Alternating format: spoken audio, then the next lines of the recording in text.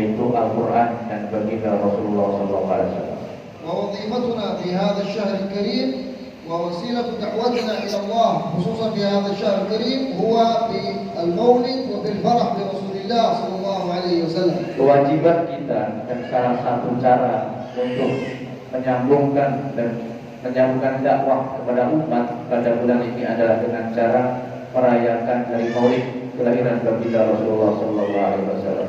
لأن الذي انقطع عن النبي صلى الله عليه وسلم وعن حبه لا يمكن أن يكون داعيا إلى الله تعالى. Karena orang yang terputus dan tidak sambung dengan baginda Rasulullah SAW tidak mungkin dia akan menjadi seorang dai dalam agamanya. فأصل الدعوة إلى الله هو الارتباط بالداعي الأول وهو النبي صلى الله عليه وسلم. Asas dakwah dan aslinya dakwah yaitu nyambungnya hati seseorang, kehidupan seseorang dengan baginda Rasulullah, yaitu dai yang pertama. وحقيقة الدعوة هي مع من يكثر الصلاة على النبي صلى الله عليه وسلم. Dan akhirnya dakwah adalah dengan cara menyambungnya adalah dengan cara memperbanyak salawat kepada baginda Rasulullah SAW. يقول سيدنا جعفر الصادق علامة أهل السنة والجماعة كثرة الصلاة والسلام على رسول الله. Sayyidina Ja'far As-Shadiq beliau mengatakan alamat hakikat iman seseorang adalah dengan tanda yaitu banyaknya dia mengerjakan sholat dan mengerjakan sholawat kepada baginda Rasulullah SAW. لأن الصلاة على النبي هي المنجية. Karena sholawat kepada baginda Rasulullah SAW itu mampu menyelamatkan seseorang di dalam kehidupan dunia dan akhirat. والنبي صلى الله عليه وسلم يقول من أخطأ نسي الصلاة عليه فقد أخطأ طريق الجنة. Nabi bersabda, barang siapa yang terlewatkan tidak berselawat kepadaku, maka sungguh dia tidak akan mendapatkan surga. وما تشرفت هذه البلاد وما ظهر فيها الإسلام إلا برجال الصلاة على النبي والمحبة للنبي صلى الله عليه وسلم. Kemuliaan penduduk negeri ini, dunia ini, Indonesia ini termasuk ya, negara kita ini, yaitu dengan ciri-ciri banyaknya orang-orang yang membaca salawat kepada baginda Rasulullah SAW. والذين ثبتوا في الجهاد في سبيل الله أثناء الغزو الهولندي إلى بلد إندونيسيا هم أهل الصلاة على النبي وهم رجال الدعوة إلى الله ورجال الارتباط برسول الله. Orang-orang yang datang ke Indonesia pertama kali menyebarkan agama Islam ke negeri kita ini adalah orang-orang yang memiliki hubungan kuat dengan baginda Rasulullah dan orang-orang ahli sholawat. فالظلة المباركة التي جاءت من آل بيت رسول الله إلى شرق آسيا ببركتهم نشر الله هذه الخيرات إلى لحظتنا هذه. Asbab keberkahan kedatangan mereka yang dari jauh sana ke daerah Asia Timur ini, ya Asia Tenggara ini, itu barokahnya sampai nampak bagaimana wujudnya agama, wujudnya Islam di dalam kebaikan, di dalam kehidupan kita, bahkan sampai di tempat ini. وكذلك من بعدهم من ذريتهم ومن طلابهم ومحبيهم. Begitu pula akan muncul dari kalangan orang-orang setelahnya, dari murid-muridnya, dari para pecinta-pecinta mereka. ولكن لم يثبت الخير في هذه البلاد إلا بالصبر. Dan tidak akan bisa tetap itu kebaikan di dalam negara kita ini kecuali dengan kesabaran yang datang di dalam hati. وتحمل المشاق في سبيل الله تعالى. Dan mampu menanggung beban derita di dalam memperjuangkan agama fi sabilillah. والثبات على دين الإسلام مهما كانت الظروف. والثبات على دين الإسلام، الثبات على المنهج الصحيح. Ketetapan di dalam jalan yang lurus yaitu Islam. وانظروا إلى أحوال الصحابة رضي الله تعالى عنهم. Maka lihatlah bagaimana kehidupan para sahabat radhiyallahu anhum ajma'in. وكيف أوذوا في سبيل الله ولكنهم تحملوا. Bagaimana kisah-kisah mereka yang telah menanggung derita bahkan disiksa di dalam memperjuangkan agama, tetapi mereka semua mampu menanggung semua penderitaan tersebut. وأمثلة ذلك كثيرة. Dan contoh-contoh yang semacam itu, yaitu cerita orang-orang yang menanggung beban derita dalam perjuangan, itu contohnya sangat banyak betul. ومن أعجبها قصة سيدنا عبد الله بن حذافة السهمي رضي الله تعالى عنه. Termasuk contoh cerita yang paling menakjubkan yaitu Abdullah bin Abi Hudzafah radhiyallahu anhu. فقد بعثه سيدنا عمر في السنة 19 للهجرة إلى الشام لمحاربة الروم في ذلك الزمان وللفتوحات الإسلامية.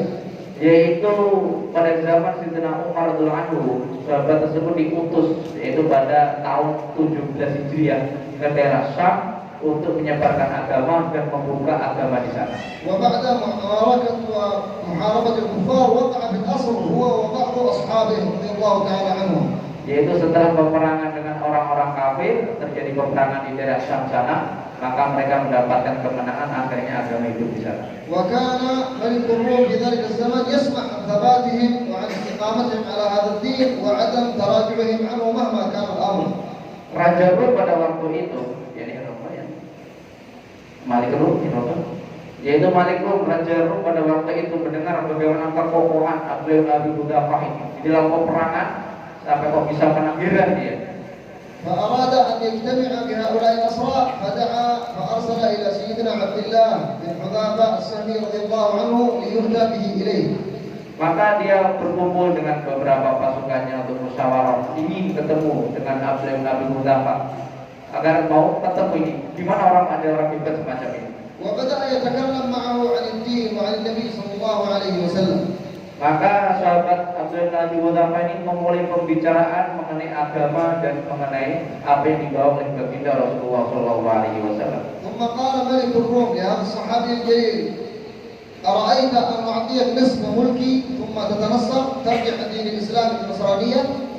Kemudian Raja Rum tadi menawarkan sesuatu yang sangat besar kepada Abdul Abi Hudafah ini. Bagaimana menurutmu? Kalau kamu ikut saya aja, maka nanti akan aku kasih separuh kerajaan Rum untuk kamu dengan syarat kamu masuk Nasrani. فضحك من قوله وقال: لو أعطيتني ملكا كله لن أتراجع عن الدين وأستبدله بدين آخر. Maka Abdullah bin Abi Hudafah tadi ketawa dengan kata-kata, jangankan cuma separuh kerajaan kamu, semua kerajaan kamu berikan kepada saya tidak akan berpaling dari agama saya, tidak akan masuk agama Nasrani walaupun cuma satu saat saja. فقال له: إذا أعطيك ملكي كله. فقال: لا يمكن أبدا. Maka Raja Rum tadi mengatakan, kalau kamu maunya begitu ya sudah, seluruh kerajaanku kamu ambil semuanya dengan syarat kamu masuk Nasrani. Maka sahabat mengatakan, enggak bisa terima. Itu kan cuma perpisahan saja. ثم أمر جنودهم ملك الروم أن يأتوا باثنين من أصحاب عبد الله بن حذافة السهمي من الأسرى. Maka Raja Rum tadi memerintahkan salah satu prajurit untuk mengambil 2 orang dari anak buahnya Abdullah bin Abi Hudafah, diambil kemudian ditaruh di depannya. وأمرهم أن يأتوا بقدر ويضعوا فيه الزيت. Maka salah satu disuruh dibunuh itu pasukan tadi, kemudian dimasukkan ke dalam tungku yang isinya minyak panas. ثم يغلو ذلك الزيت بالنار. Maka begitu dipanaskan, sampai panas minyak sampai keluar api yang begitu tinggi. فأمر بأول واحد منهم ووضع في ذلك الزيت. Maka langsung dimasukkan ini, salah satu pasukan langsung dimasukkan ke dalam tungku api yang berisi minyak panas tadi. فتبدد جلده ولحمه ثم ارتفعت عظامه فوق الزيت في لحظة واحدة. Maka saking panasnya ini minyak, maka badannya yang dimasuk langsung pokok, langsung remuk begitu dalam waktu sekejap langsung hancur itu badannya. فقال له: ارجع عن هذا الدين وإلا عملت لك نفس عمل هذا الرجل. Maka Raja Rum tadi saking jengkelnya dia mengatakan kepada Abdullah bin Abi Hudafah, wahai laki-laki, wahai tuan, kalau kamu nggak mau masuk dalam agama saya, kamu akan masukkan seperti ini, masukkan dalam minyak. فقال له: لا يمكن. ثم أخذ الثاني وعمل به نفس ما عمل بالأول. Maka sahabat Abdullah itu dan mengatakan, nggak akan, kamu nggak akan masuk dalam agama Nasrani. Maka Raja Rum mengatakan, oh, kalau gitu ambil yang kedua ini, masukkan lagi. فقال له: الآن يأتي دورك، إذا لم تتنصر وترجع عن هذا الدين سأضعك في زيت مثلما وضعت أصحابك. Lihat ini yang kedua ini, sudah mati juga ini. Sekarang gantian kamu. Kalau kamu masih berpikir tidak mau masuk dalam agama Nasrani, kamu akan bisa masukkan sekarang. فقال له: افعل ما شئت. Maka sahabat Abdullah bin Abi Hudafah mengatakan, sudah terserah kamu, terserah mau berbuat apa silakan. فأمر ملك الروم جنوده أن يأتوا بذلك الصحابي عبد الله بن حذافة إلى هذا القدر يقربوه منه. Maka salah satu prajurit Rum dipanggil oleh rajanya, kamu sana ambil itu sahabat Abdullah bin Abi Hudafah itu, kamu bawa ke sini, kamu dekatkan dengan minyak biar terasa dia panasnya kayak apa. فلما اقترب من ذلك الزيت المغلي الذي يحرق سريعا دمعت عيناه وبكى. Maka begitu didekatkan dengan tungku yang isinya minyak tadi, terasa panas, maka Abdullah bin Abi Hudafah meneteskan air mata, menangis beliau. فقال له ملك الروم: اتركوه ولعله بكى خوفا من النار. Maka Raja Rum yang melihat tadi, oh ini kok nangis, ini kelihatannya takut, dia mewek ini. Udah tahan dulu, jangan dibunuh dulu. وسأله لماذا أنت بكيت؟ Maka Hajar mengatakan, bertanya, kenapa kamu nangis? Takut ya kamu ya? وقال له لا تظن أنني بكيت خوفا من هذا الشيء. Maka sahabat Abdullah mengatakan, jangan sampai kau mengira wahai Raja Rum, jangan kamu kira kalau saya nangis itu karena takut dengan panasnya minyak ini, jangan. ولكن لي نفس واحدة. Tetapi aku memahami bahwa aku hanya memiliki satu nyawa saja, satu badan saja. وأنا أتمنى لو كان لي بعدد الشعر الذي في جسدي أنفس. Aku berharap, aku membayangkan seumpama saja aku ini memiliki badan nyawa sebanyak bulu-bulu di dalam badanku ini. فتذهب كلها في سبيل الله واحدة بعد الأخرى. Dan aku ingin nyawaku yang sebanyak bulu tadi satu persatu semuanya mati di jalan perjuangan Allah Subhanahu wa taala. فلما رأى ثباته على هذا الدين تعجب منه وقال ما الفائدة إذا نقتله. Maka Raja Rum mengatakan, melihat kekokohan rasa hatinya Abdullah bin Muzaffar, dia bertanya kepada beliau, apa faedahnya kamu mengerjakan ini, apa coba? فقال له إذا تقبل رأسي وأطلقك أتركك أخرجك من السجن. Kamu hebat ya, masalah luar biasa kamu. Kalau gitu, sebagai gantinya sekarang kamu cium kepala saya. Kalau kamu mau, maka semua prajuritmu yang saya tawan itu akan saya lepaskan semuanya. ففكر سيدنا عبد الله بن حذافة وقال له أقبلك بشرط وهو أن تطلق جميع الصحابة جميع الأسرى ليس أنا فقط. Maka Abdullah bin Muzaffar mengatakan, berpikir sebentar, oke, aku akan mencium kepala kamu dengan syarat nanti yang dibebaskan bukan hanya aku saja loh. Semua kawan-kawanku dari tentara ini harus kamu bebaskan semuanya. وقال في نفسه قبلة برأس عدو الله لا تضرني شيئا وسأنجي بها أصحابي. Dan beliau juga berpikir, apa masalahnya cuma nyium kepala satu orang kafir saja, tidak masalah. Yang penting aku bisa menyelamatkan semua sahabat-sahabatku. فقبله على هذا الشرط ولما قبله أطلق جميع الأسرى وخرجوا. Maka Raja Rum mengatakan, oke, saya terima persyaratan kamu. Dia maju, diciumlah kepala Raja Rum oleh Sayyidina Abdullah. Begitu dicium, ditunaikanlah janjinya, semua pasukan Islam yang ditawan semuanya dibebaskan semuanya. فلما وصلوا إلى المدينة خرج المسلمون يستقبلونهم ويستبشرون بهم. Kemudian mereka pulang ke Madinah, karena jauh ini perangnya di Rum, di Rum jauh. Maka pulang ke Madinah. Begitu pulang ke Madinah sudah disambut oleh penduduk Madinah yang sangat banyak. وكان المسلمون يعلمون بتلك القصة وما حدث لهم لأن الخبر انتشر في المدينة. Orang-orang Madinah itu ternyata sudah mendengar berita ini duluan sebelum pasukan datang. Karena berita ini sangat viral bahasa kita sekarang. Jadi semua dengar, semua penduduk Madinah sehingga keluar semuanya ingin tahu kayak apa ceritanya. وعندما علم سيدنا عمر بقصة تقبيل رأسه وإطلاق الصحابة جميعا قال لهم حق على كل مسلم أن يقبل رأس عبد الله بن حذافة السهمي وأنا أبدأ. Begitu Sayyidina Umar mengetahui keadaan dan cerita ini, beliau tiba-tiba mengumumkan kepada seluruh penduduk Madinah, wajib, kata beliau, wajib bagi setiap orang Islam yang ada di sini mencium kepala Abdullah ibnu Abi Qudafa Az-Zahmi, dan aku adalah orang yang paling pertama nanti cium kepala beliau. وهذا من إكرام سيدنا عمر رضي الله تعالى عنه لهذا الرجل المبارك. Ini bentuk bagaimana Sayyidina Umar Ibn Khattab memuliakan seorang laki-laki yang memperjuangkan agama dengan keteguhan hati yang luar biasa. فإذا ذكرنا مثل هذه القصة ينبغي علينا أن نتفكر ماذا بذلنا لهذا الدين. Maka ketika kita mendengar cerita semacam ini, hendaknya kita berpikir dalam otak kita, dalam hati kita, apa yang sudah aku korbankan untuk agama ini. نحن نفرح بالنبي صلى الله عليه وسلم. Kita cukup bergembira, hari ini kita bergembira dengan adanya baginda Rasulullah Sallallahu Alaihi Wasallam. ولكن أعظم من ذلك أن تفرح النبي صلى الله عليه وسلم وتجعله يفرح منك. Ada yang lebih penting daripada cuma bergembira dengan adanya baginda Rasul, yaitu kita berpikir bagaimana Rasulullah, kita menggembirakan Rasulullah dan Rasulullah juga gembira dengan kita. وتجعل النبي صلى الله عليه وسلم يفرح بك. أولا من يفرح بالنبي فالنبي صلى الله عليه وسلم يفرح به. Yang pertama adalah ingin membuat gembira baginda Rasul. Bagaimana caranya? Orang yang menggembirakan baginda Rasulullah, otomatis Rasul juga akan gembira dengan dia. ولكن من أهم الأشياء التي تفرح قلب النبي صلى الله عليه وسلم هي الدعوة إلى الله تعالى. Dan perlu diketahui bahwa perkara yang paling membahagiakan baginda Rasulullah SAW adalah mendakwahkan agama Islam. يقول الإمام الحبيب علي بن محمد بن حسين الحبشي الذي قرأنا مولده: ما رأيت شيئا يدخل السرور على قلب النبي صلى الله عليه وسلم مثل الدعوة إلى الله، مثل الدعوة إلى الله تعالى. Habib Ali Al-Habsyi yang mengarang kitab Habsyi itu beliau mengatakan, aku tidak melihat sesuatu perkara yang lebih membahagiakan baginda Rasulullah SAW melebihi dakwah ilallah. والحمد لله على وجود هذه المراكز التي تعتبر هي محطات النور في الأمة. Alhamdulillah dengan wujudnya dakwah di Al-Ihsan ini sebagai markas, dengan asbab adanya markas dakwah ini akhirnya kita bisa mengirim jamaah-jamaah ke seluruh tempat, ke seluruh dunia. وهذه نيات الصالحين الذين أسسوا هذا المكان.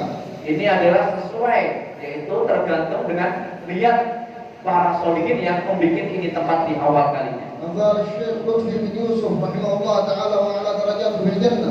Seperti contoh yaitu Syekh Lutfi Yusuf atau Lutfi.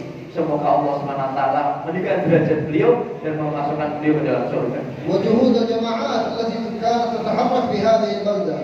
Dan semua susah payah jamaah-jamaah yang bergerak di negeri Indonesia ini. فنسأل الله سبحانه وتعالى أن يعلي درجاتهم في الجنة إن شاء الله. Dan kita berdoa semoga Allah SWT meningkatkan derajat mereka semua di surganya Allah Subhanahu wa taala. وأن يبارك في أولاده وذريته.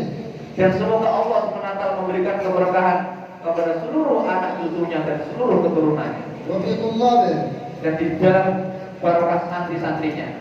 وأن يحفظ لنا الحاج داود جزاه الله خيرا القائم على هذا المكان من بعده. Semoga Allah SWT juga menjaga semua saudara-saudara beliau termasuk Haji Daud, termasuk kita semuanya, Fauzi dan semuanya. وأن يطيل عمره ويمتعه بالصحة والعافية. Semoga Allah SWT memanjangkan umurnya, memberikan kesehatan dan memberikan manfaat dalam kehidupannya. ونسأل الله سبحانه وتعالى كما جمعنا في هذا المكان المبارك أن يجمعنا في مستقر رحمته. Dan kita berdoa kepada Allah Subhanahu wa taala sebagaimana Allah mengumpulkan kita di tempat yang mulia ini, semoga Allah SWT mengumpulkan kita di surga bersama baginda Rasulullah SAW. ويبارك في طلبة العلم المنتشرين في هذه البلدة.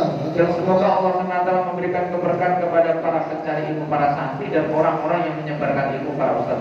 مثل أخونا فكري وغيره وسائر الطلاب الذين تعلمنا وإياهم في تريم. Termasuk ustaz-ustaz yang belajar di Tarif, seperti Ustaz Fikri dan semuanya yang belajar, semuanya barokah semuanya. وفي الحقيقة نطلب منهم العفو والمسامحة لأننا زملاء لسنا فوقهم. Pertama saya minta maaf kepada semuanya saja karena sebenarnya saya adalah teman beliau ketika dulu di Yaman. لأن سندنا واحد ومشايخنا واحد. Karena kami ini satu tahun yang sama dan guru yang sama. فكنا والأخ عبد الرحمن الله فكري نأكل سوا ونشرب سوا ونعيش سوا وكلنا طلاب. Saya dengan Ustaz Fikri, dengan Roman, makan bareng, tidur bareng, bubur bareng, semuanya bareng. Jadi satu kelas, nggak lebih tua, nggak lebih muda. وعندما نزورهم يعاملونا بالاحترام وكأننا مشايخهم. Tetapi anehnya ketika saya datang ke Indonesia ini ke tempat beliau-beliau, masya Allah, beliau semua memuliakan seolah-olah saya ini guru mereka, padahal kawannya. وهذا من كرمهم ومن طيب أصلهم ومن إخلاصهم. Ini termasuk tanda bagaimana kemuliaan hati mereka, bersihnya hati mereka dan jiwa raga mereka. ونسأل الله أن يديم هذه الخيرات على هذه البلاد. Semoga Allah SWT selalu melanggengkan kebaikan-kebaikan di negeri kita yang tercintai. وأن يديم الأمن والأمان في بلد إندونيسيا. Dan memberikan rasa keamanan dan kebaikan di negeri Indonesia ini. وأن يكثر فينا الداعين والأدلة. Dan semoga Allah SWT memperbanyak dai-dai yang muncul di negeri kita ini. المرشدين إلى سلوك الملة. Yaitu orang-orang yang menyebarkan agama dan orang-orang yang menolong agamanya Allah Subhanahu wa taala. وأن يأخذ بأيدي حكومتنا ودولتنا إلى العمل بما يرضي الله ورسوله. Dan semoga Allah Subhanahu wa taala memberikan petunjuk kepada para pemimpin, semoga mereka semuanya berpikir sehingga memberikan kebijaksanaan yang sesuai ridhonya Allah dan ridhonya baginda Rasulullah SAW. ويجعلهم مناصرين لهذا الدين. Dan Allah SWT semoga menjadikan para pemimpin kita penolong-penolong agamanya Allah Subhanahu wa taala. وأن يكتب لنا وإياكم جميعا حسن الخاتمة. Dan semoga Allah SWT menulis kita semuanya di dalam sisinya sebagai orang-orang yang mati husnul khotimah semuanya. وأن يتقبل ما وفقنا له من خير في هذه الساعة. Dan semoga Allah SWT memberikan pahala dan balasan atas apa yang kita infakkan, kita korbankan di waktu ini. ويجعله مقبولا مدخرا ليوم الشفاعة. dan semoga semuanya diterima oleh Allah SWT dan disimpan secara utuh nanti pada hari kiamat. ربنا آتنا في الدنيا حسنة وفي الآخرة حسنة وقنا عذاب النار. صلى الله على سيدنا محمد وآله وصحبه وسلم والحمد لله رب العالمين.